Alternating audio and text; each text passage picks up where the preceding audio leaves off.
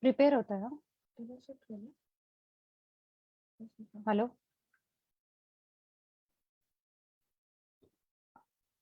आवाज येतोय?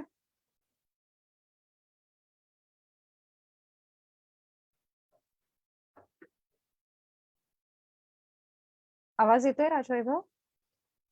हो, येतोय येतोय. येस. सुरुवात करूयात.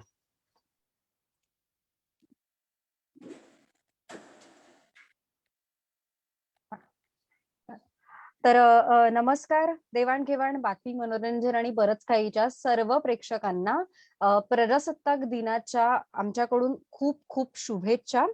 तर आज प्रजासत्ताक दिनाच्या दिवशी आपण अशा एका तरुणाशी गप्पा मारणार आहोत की जो पेशाने इंजिनियर आहे, पण तरी देखील समाज सेवा करणं हे त्याच्या जणू काही अंगातच आहे आणि त्याच हट्टाने त्याने लोकराच्या शाहू संविधान प्रशिक्षण केंद्राची स्थापना केली आहे. तर याच राजवैभव शोभा रामचंद्र याच्याशी आपण थेट गप्पा मारणार आहोत. अर्थात राजवैभव, तुझ्याशी गप्पा मारण्याच्या आधी तुला जे पुरस्कार मिळाले ते मी प्रेक्षकांना जरा सांगते. तर राजवैभवला युवा कार्यकर्ता पुरस्कार 2017, युवा विवेक साथी पुरस्कार 2018, संविधान सन्मान युवा पुरस्कार 2019, संविधान साथी पुरस्कार 2020 आणि संविधान संवादक पुरस्कार 2021 या सर्व पुरस्कारांनी त्याला गौरवण्यात आलंय. तर सगळ्यात आधी तुझं अभिनंदन राजवैभव. धन्यवाद. माझा पहिला असा प्रश्न आहे की आजच्या दिवशी आपण संविधान दिन संविधान आपल्याला मिळालं त्यामुळे आपण प्रजासत्ताक दिन हा साजरा करतो. तर आजच्या दिवशी तू संविधानाबद्दल काय सांगशील? पहिल्यांदा जो उल्लेख आपण करतोय वारंवार प्रजासत्ताक दिन असा, तर त्याऐवजी मला असं वाटतंय की तो उल्लेख आपण लोकसत्ताक दिवस असा करायला हवा किंवा लोकसत्ताक दिन म्हणून करायला हवा. म्हणजे का? याचं कारण काय? कारण प्रजा कधी असते? ज्या वेळेला राजा असतो त्यावेळेला त्याच्या सोबत असते ती प्रजा. म्हणजे राजाविषयक जो विषयक वाचक शब्द असतो त्याला आपण प्रजा म्हणतोय. मग आता राजा आहे का? की राजेशाहीची जो काही भाग होता ती राजेशाही आपण मागे ठेवली आणि आपण लोकशाही स्वीकारली. 26 जानेवारी 1950 ला जे आपण संविधान अंमलबजावणी केली, 26 नोव्हेंबर 1949 ला आपण संविधान स्वीकारलं आणि त्याच्यानंतर बरोबर 2 महिन्यांनी 26 जानेवारीला या संविधानाची अंमलबजावणीला सुरुवात केली. तो दिवस लोकसत्ताक दिवस म्हणून आपण साजरा करायला हवा. 26 जानेवारीच का? हा पण एक पडलेला प्रश्न असेल बऱ्याच लोकांना की 26 जानेवारीलाच का लोकसत्ताक दिवसाची सुरुवात झाली किंवा अंमलबजावणी का केली. तर 26 जानेवारी 1930 ला एका अधिवेशनामध्ये, इंडियन नॅशनल काँग्रेसच्या अधिवेशनामध्ये असं मांडणी केला होती, प्रस्ताव मांडण्यात आला होता की आम्हाला पूर्ण स्वातंत्र्य हवंय. पूर्ण स्वातंत्र्याची जी मागणी केलेली गेली होती ती 26 जानेवारी 1930 ला केली गेली होती आणि त्याच दिवसाचं स्मरण म्हणून 26 जानेवारी 1950 ला आपण संविधानाची अंमलबजावणी करायला सुरुवात केली. आणि आजच्या दिवशी सगळ्यात महत्वाचं म्हणजे तुम्ही बघा आजूबाजूला काय होतंय की या 26 जानेवारीच्या निमित्तानं वेगवेगळ्या ठिकाणी ध्वजारोहण होत असतं आणि त्या निमित्तानं गाणी लावलेली असतात. किंवा आपण जर चित्रपट बघायला गेलं तर टीव्ही ऑन केला तर टीव्हीवर पण असे बरेचसे चित्रपट आणि बरेचशी गाणी लागलेली असतात आणि त्या सगळ्या गाण्यांच्या मध्ये कधी कधी कारगिलचं युद्ध दाखवलं जातं, युद्धाची भूमिका दाखवली जाते, स्वातंत्र्याची बाबतची किंवा शहीद आणि मिलिटरी अशा सगळ्या गोष्टी दाखवल्या जातात. पण खरंच लोकसत्ताक दिवस आणि या सगळ्या युद्धांची पार्श्वभूमी याचा काही संबंध आहे का? तर मला वाटतं की स्वातंत्र्याच्या निमित्तानं तसे असणं गरजेचं आहे, अपेक्षित आहे. पण 26 नोव्हेंबरच्या पाठीमागची नेमकी भूमिका लोकांच्या पर्यंत नीटपणानं जायला हवी. ती सगळ्यात महत्वाचा भाग आहे 26 जानेवारीचा, तो म्हणजे या भारतीय संविधानाची अंमलबजावणी आज झाली आणि तो आजचा दिवस आहे. त्यामुळे आजच्या दिवसाचं संविधानाचं असणारं महत्व हे खूपच प्रचलित करणं गरजेचं आहे, त्याला ठोस करणं गरजेचं आहे असं मला वाटतं.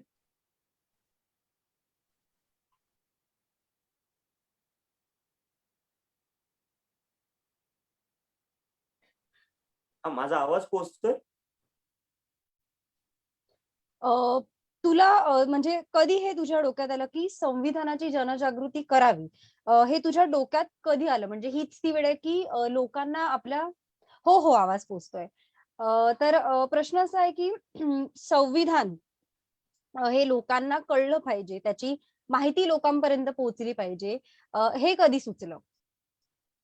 अ, घरचा जो वारसा आहे माझ्या, तो घरचा वारसा चळवळींचा आहे. सामाजिक चळवळींचा, राजकीय चळवळींचा आहे. आणि आपण एखाद्या प्रश्नांच्यावर काम करणं अ, आता आजपर्यंत वेगवेगळ्या सामाजिक चळवळी आहेत आणि त्याच्यामध्ये वेगवेगळ्या प्रश्नांच्यावर काम केलं जातंय. म्हणजे जसं की पाणी प्रश्नांची चळवळ असेल, आदिवासींच्या प्रश्नांची चळवळ असेल, दलितांच्या हक्कांच्या बद्दलची, अनुसूचित जाती जमातीच्या हक्कांच्या बाबतची चळवळ असेल, महिला प्रश्नांच्या वरची चळवळ असेल, विद्यार्थी प्रश्नांची वरती चळवळ असेल, असे वेगवेगळे कांगोरे असणारे, वेगवेगळे विषय असणारे, विषयांच्या, प्रश्नांच्या चळवळी आपल्या देशामध्ये खूप साऱ्या आहेत. समाज सेवेचं काम आम्ही करत नाही आहोत. आम्ही काम करतोय हे सेवेचं नाहीये. हे आहे समाजाचं परिवर्तन करण्याचं. विचारांचं परिवर्तन, त्यांच्यामधील असणाऱ्या आधीच्या मानसिकतेचं परिवर्तन. त्यामुळं हा जो लढा चाललाय तो समाजसेवेचा नाही, तो आहे समाज परिवर्तनाचा. आम्ही परिवर्तनवादी आहोत असं आम्ही स्वतःला समजतोय. मग या परिवर्तनाच्या चळवळीमध्ये काम करत असताना वेगवेगळ्या प्रश्नांच्यावर नेमकेपणानं काम करणं शक्य होतं. पण तुम्ही लक्षात घेतलं तर बघा, की सगळ्या प्रश्नांचं मूळ कुठं असेल, तर ते सगळ्या प्रश्नांचं मूळ आहे संविधानामध्ये. जर याचीच जनजागृती व्यवस्थित झाली, याचाच मूल्याशय, गाभाशय, संविधानाची नेमकी भूमिका लोकांच्यापर्यंत पोहोचली, तर आपोआपच जे प्रश्न घेऊन आपण हातात घेऊन काम करू इच्छितोय, त्या प्रश्नांना चांगला आधार मिळेल आणि तो आधार नैतिकतेचा, कायद्यांचा, मूल्यांचा असेल. म्हणून मला असं वाटायला लागलं, की आपण काम करायचं, समाज परिवर्तनाचं काम करायचं, सामाजिक कार्यकर्ता म्हणून काम करायचं, तर कोणतं करायचं? तर संविधानाचा प्रचार, प्रसार, अंगीकार करायचा आणि त्यासाठी पूर्ण वेळ पद्धतीनं हे काम हाती घेतलं आणि याच्यामध्ये म्हणजे आता जाणवतंय, की वेगवेगळ्या चळवळी ज्या काम करतायत, वेगवेगळ्या प्रश्न घेऊन जी लोकं काम करतायत, त्या सगळ्या प्रश्नांची उकल कुठं असेल, तर त्या प्रश्नांची उकल आपल्याला संविधानाच्या प्रास्ताविकेत मिळते. त्या प्रश्नांची उकल आपल्याला संविधानाच्या कायद्यांच्या मध्ये मिळते आणि अ, भारत म्हणून, भारतीय म्हणून आमच्या जगण्याचा आधार काय असायला हवा? तर जगण्याचा आधार हा नेहमीच आमच्या संविधान असायला हवं आणि म्हणून संविधानावर काम करणं त्याच्या प्रचारासाठी, प्रसारासाठी सोबतच विधायक हस्तक्षेपासाठी काम करणं हा पूर्णवेळ कामाचा भाग मी निवडला.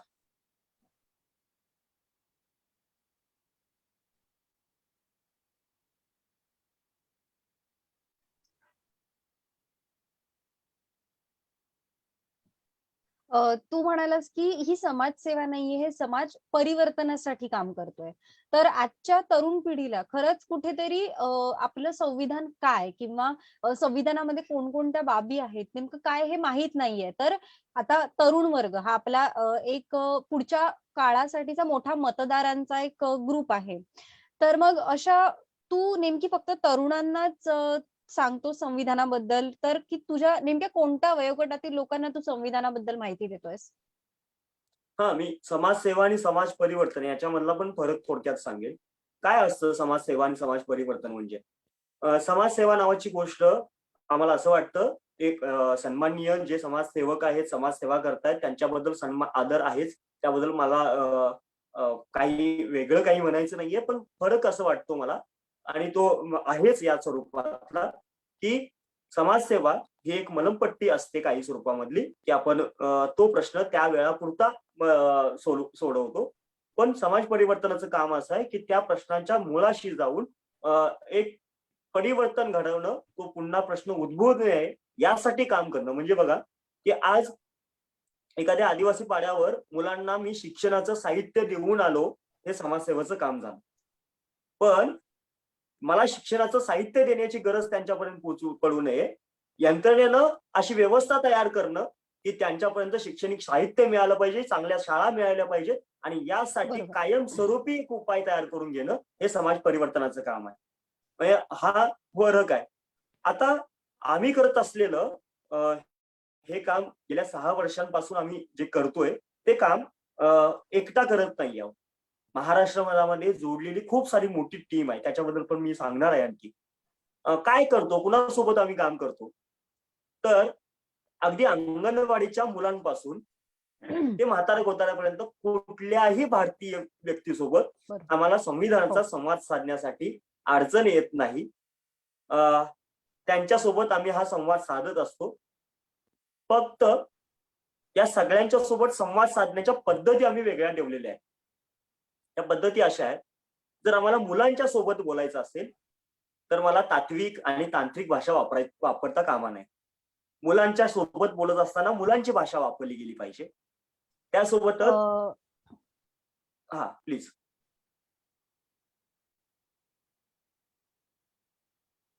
बरोबर. हो.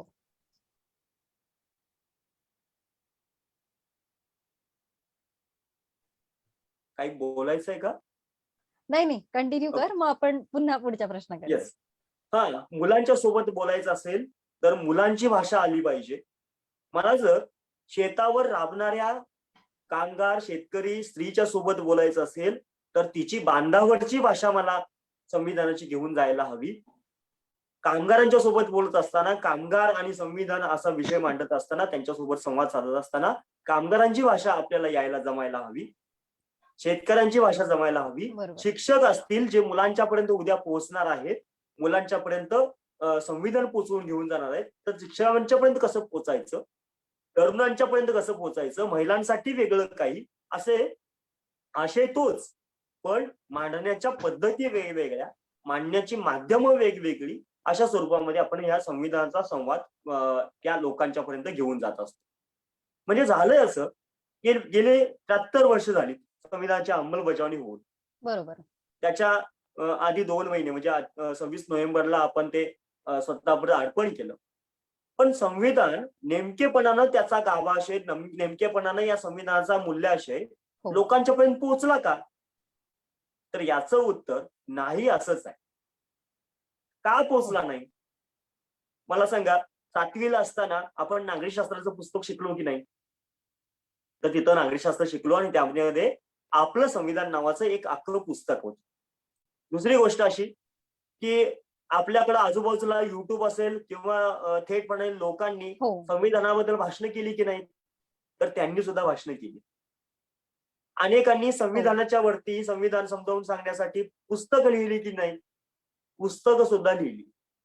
पण तरी सुद्धा का हा संवाद पोहोचत नाहीये? तरी हो. पण ते विचारायचं. नेमकी भाषा का पोहोचत नाहीये?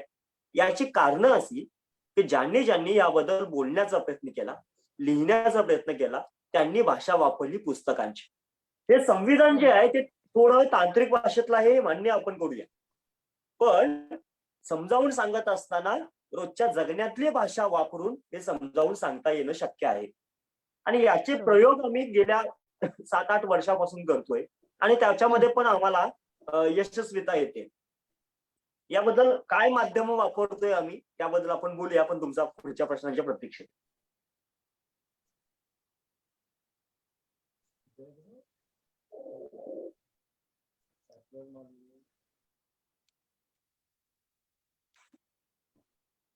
पुढचा माझा असा प्रश्न होता, की लोकराजा शाहू संविधान केंद्राची जी तू स्थापना केली, त्याचा मागे तुझा नेमका विचार काय होता? आणि गेली किती वर्ष तू हे करतोयस? अ, याआधी माझी इंजिनिअरिंग कंप्लीट झाल्यानंतरच आणि त्याच वेळेला म्हणजे कॉलेज चालू असतानाच मी वेगवेगळ्या संस्था, संघटना यांच्याशी जोडून घेऊन या संविधानाचं काम वेगवेगळ्या ठिकाणी करत होतो.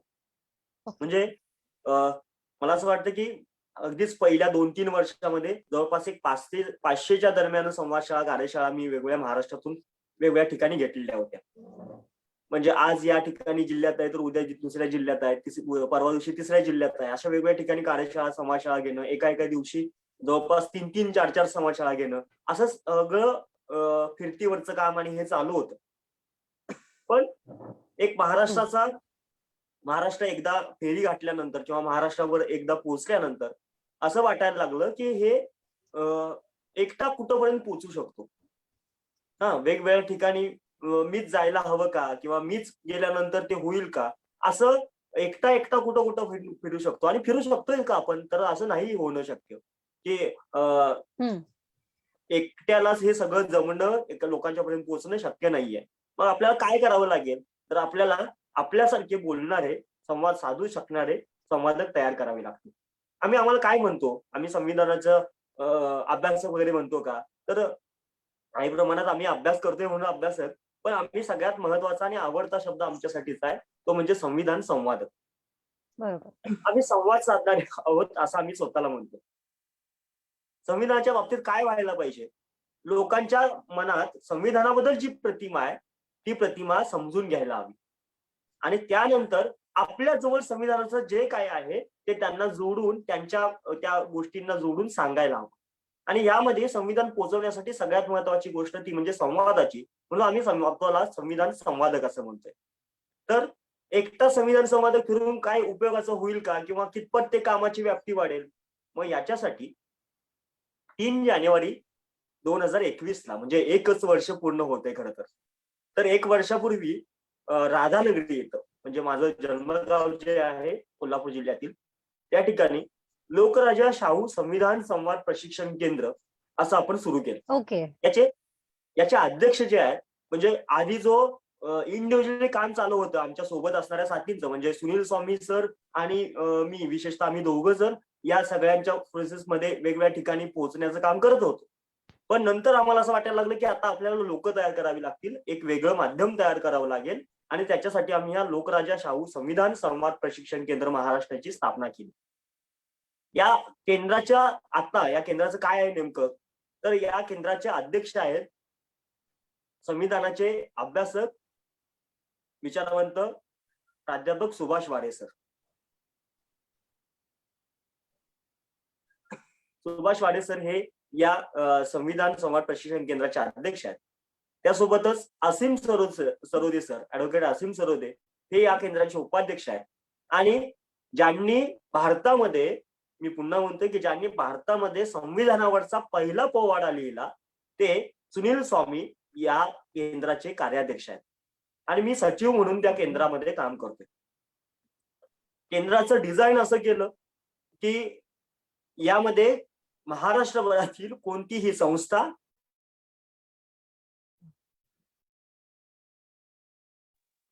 कोणतीही लोक येऊन प्रशिक्षण घेऊ शकतात. प्रशिक्षण घेण्यासाठी त्यांना खुला वाव दिलेला आहे. आमच्याशी संवाद साधू शकतात आणि त्यातनं तयार होऊन ते वेगवेगळ्या ठिकाणी जाऊन संवाद साधावेत अशी आमची इच्छा आहे. मग आम्ही यामध्ये काय तयार केलंय किंवा काय पद्धती काय आहेत आमच्या? तर लोकराजा शाहू संविधान संवाद प्रशिक्षण केंद्राच्या प्रशिक्षित करण्याच्या पद्धती म्हणजे आम्ही आतापर्यंत एकही व्याख्यान देत नाही. संविधानाचा बद्दल माहिती सांगत असताना आमच्याकडून एकही व्याख्यान दिलं जात नाही. मग आता म्हणणार की व्याख्यान नाहीये, भाषण नाहीये, तर तुम्ही संवाद कसे साधणार?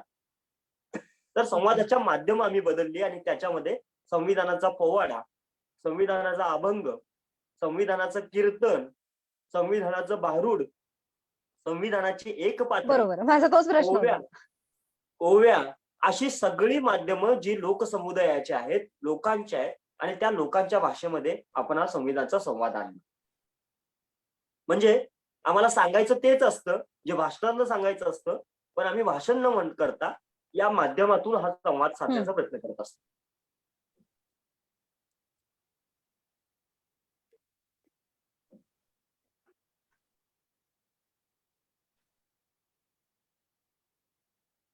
हां, त्या ज्याच्याकडून ज्या सोप्या शब्दातून लोकांना समजेल की आपलं संविधान काय आहे. अगदी म्हणजे खूप छान आहे हे, की आजच्या तरुण पिढीला आपलं संविधान समजणं हे फार गरजेचं आहे. तर आजच्या तरुण पिढीला तू काय सांगशील? आपल्या संविधानाबद्दल तुला काय सांगावसं वाटेल? त्यांना कोणता एक संदेश द्यावासा वाटेल? ही मी जी स्क्रीनवर तुम्हाला दिसत असेल, ही आहे भारताच्या संविधानाची प्रास्ताविका. ही प्रास्ताविका आपण सगळीकडे बघतोय की नाही? म्हणजे बघा, आपण हो. शाळेत असताना आपल्या सगळ्या पुस्तकांच्या पहिल्या किंवा दुसऱ्या पानावर ही होती. त्यासोबतच आपण ज्या सरकारी कार्यालयामध्ये जाऊ, त्या ठिकाणी आपल्याला तिथं ही हो. प्रास्ताविका दिसते. त्यासोबतच शाळेमध्ये दिसते भिंतीवर लावलेली, त्या सगळ्या ठिकाणी दिसते. मी असे प्रश्न विचारतो तरुणांना, अगदी शिक्षकांना सुद्धा, विद्यार्थ्यांना सुद्धा, हे समोर जे काही दिसतंय संविधानाची प्रास्ताविका, ती एकूण किती वाक्यांची आहे? हा, मी प्रास्ताविकेकडे का आलो हे पण सांगेन तुम्हाला, की ही प्रास्ताविका किती वाक्यांची आहे. आणि मी त्यांना फक्त तुम्ही इमॅजिन करा म्हणत नाही. मी त्यांच्या हातात देतो आणि म्हणतो, की हे बरोबर. किती वाक्यांची आहे सांगा. त्यावेळेला त्यांच्याकडनं येतं, की ही 17 वाक्यांची आहे, 18 वाक्यांची आहे. पण लक्षात घ्या, याच्यामध्ये फक्त एक पूर्णविराम आहे. म्हणजे हे फक्त एक वाक्य आहे. ही एवढी मोठी जी काही दिसणारी शब्दांची 74 शब्दांची जी काही प्रास्ताविका आहे, ही फक्त एका वाक्याची आहे. मी तरुणांना काही सल्ला वगैरे देणार नाही. संवादित पद्धतीनं सांगेन, की आपण म्हणतो ना, की मला काय बनायचं आहे? मला राष्ट्रप्रेमी बनायचं आहे. मला राष्ट्रभक्त बनायचं आहे. असं म्हणतो आपण नेहमी. किंवा आपण म्हणतो आम्हाला देश घडवायचा आहे. तर मी साधं उदाहरण देतो. रसिका, तुला चहा बनवता येत असेल. चहासाठी लागणारे कंटेन तुला माहिती असतील. त्यासाठी काय लागतं? चहा पावडर, पाणी, हं. दूध, साखर हे सगळ्या कंटेन माहिती आहेत. या प्रत्येक गोष्टीची चव तुला माहिती आहे. त्याचं प्रमाण केवढं टाकायचं माहिती आहे आणि मग त्यानुसार तू चांगला चहा बनवू शकते. म्हणजे चहा बनवण्याची प्रक्रिया माहिती आहे. चहासाठी लागणाऱ्या गोष्टी माहिती आहेत म्हणून चहा बनवू शकतेस. मग आता आपण म्हणतो आम्हाला देश घडवायचा आहे. तर देश कसा बनवायचा? देश कसा घडवायचा? चहा बनवण्याची प्रक्रिया माहिती होती म्हणून चहा बनला. तर देश बनवायचा असेल तर देश घडवण्याची प्रक्रिया आपल्याला माहिती असायला पाहिजे. आणि भारताच्या संविधानानं हे स्पष्टपणे इथं लिहून ठेवलं, की हा देश आम्हाला कसा बनवायचा आहे? हा देश आम्हाला समाजवाद बनवायचा आहे. बरोबर. हा देश आम्हाला सार्वभौम बनवायचा आहे, धर्मनिरपेक्ष बनवायचा आहे, लोकशाही गणराज्य बनवायचा आहे. मग मला जर या देशाला समाजवादी बनवायचं असेल, तर समाजवाद म्हणजे काय माहिती असलं पाहिजे. मला या देशाला धर्मनिरपेक्ष बनवायचं असेल, तर धर्मनिरपेक्षता म्हणजे काय माहिती असलं पाहिजे. मला या देशाला जर लोकशाहीचं राज्य बनवायचं आहे, गणराज्य बनवायचं आहे, तर लोकशाही म्हणजे काय माहिती असलं पाहिजे. बरोबर. बघा, मी शाळेत असताना मला असं शिकवलं गेलं होतं, की समाजवाद म्हणजे समाजामध्ये वाद होऊ नयेत. आता हे खरंच हास्यास्पद आहे. शाळेमध्ये असं शिकवलं जातंय काही वेळेला, की समाजामध्ये वाद होऊ नयेत म्हणजे समाजवाद. तर मला असं सांगायचंय, जर चहा बनवण्यासाठीच्या गोष्टी चांगल्या माहिती असतील तर चहा बनवू शकतो. देश बनवण्यासाठी या गोष्टींची कल्पना असणं गरजेचं आहे. म्हणजेच देशभक्त होण्याची, राष्ट्रभक्त होण्याची पहिली पायरी कुठली असेल, तर या प्रास्ताविकेचा असणाऱ्या शब्दांचा अर्थ समजून घेणं. आपण राष्ट्रभक्तीच्या बाबतीमध्ये थेट वेगळ्या अगदी, पायरीवर जाऊन अगदी. उभं राहतो आणि म्हणतो, की आम्ही राष्ट्रभक्त आहोत, राष्ट्रप्रेमी आहोत. तर मला असं वाटतं, या या संविधानाच्या प्रास्ताविकेचा अर्थ समजून घेणं, त्याप्रमाणे वागणं म्हणजे राष्ट्रभक्तीचं खरं उदाहरण आहे. आणि ती काळाची गरज आहे, संविधानाची प्रास्ताविका समजून घेणं.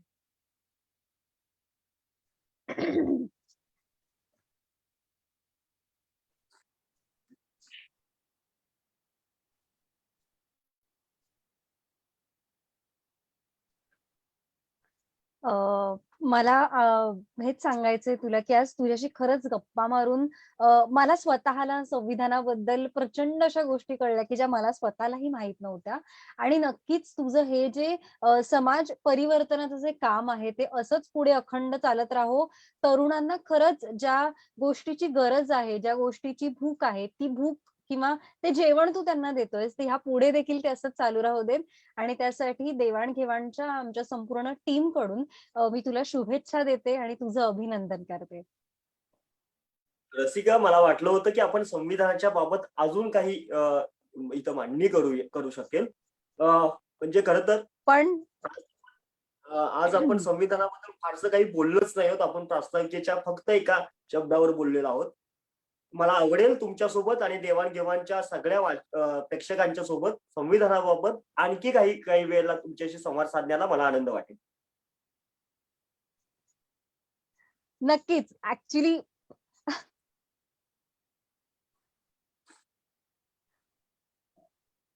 नक्कीच आपण आपण नक्कीच एक पुढचा देखील इंटरव्ह्यू आपण नक्कीच करू. पण आपल्याकडे अर्थात थोडं वेळेचं बंधन आहे. त्याच्यामुळे आपल्याला आपल्याला इंटरव्ह्यू थोडा इथे थांबवावा लागता. पण नक्कीच पुन्हा एकदा तुझ्याशी गप्पा मारूयात. अगदी मला जर जमणार असेल किंवा मी तुझ्यासोबत तुला भेटून आपण मस्त मुलाखत करू, की जेणेकरून लोकांना अजून त्याबद्दल कळेल, तुझ्या कार्याबद्दल लोकांना कळेल.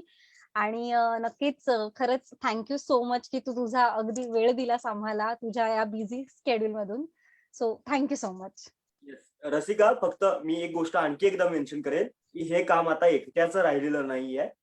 यासोबत महाराष्ट्रभरातून आता 120 लोक, जे आम्ही 3 बॅच मधून तयार केली, 120 लोक ओके. आपल्या सोबत आहेत. त्यामध्ये जवळपास रोज काम करणारी अशी 40 लोक जी रोज तयार होत आहेत. आजच वेगवेगळ्या ठिकाणी वेगवेगळ्या संवादकांनी संवाद साधण्याचं काम केलेलं आहे. असं काम हे प्रचंड प्रमाणात वाढलेलं आहे. देवाणघेवाणची टीम संविधानाचं एक सदर महिन्यातून एकदा वेळेला लावेल अशी वेगवेगळ्या लोकांचं अशी मी अपेक्षा व्यक्त करतो. सगळ्या लोकांना पुन्हा एकदा लोकसत्ताक दिनाच्या, मी पुन्हा मेन्शन करतोय की कुठला दिवस, लोकसत्ताक दिवस, याच्या सदिच्छा देतोय. धन्यवाद.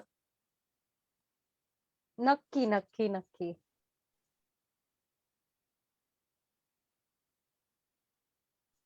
लोकसत्ताक दिवस. Thank so much.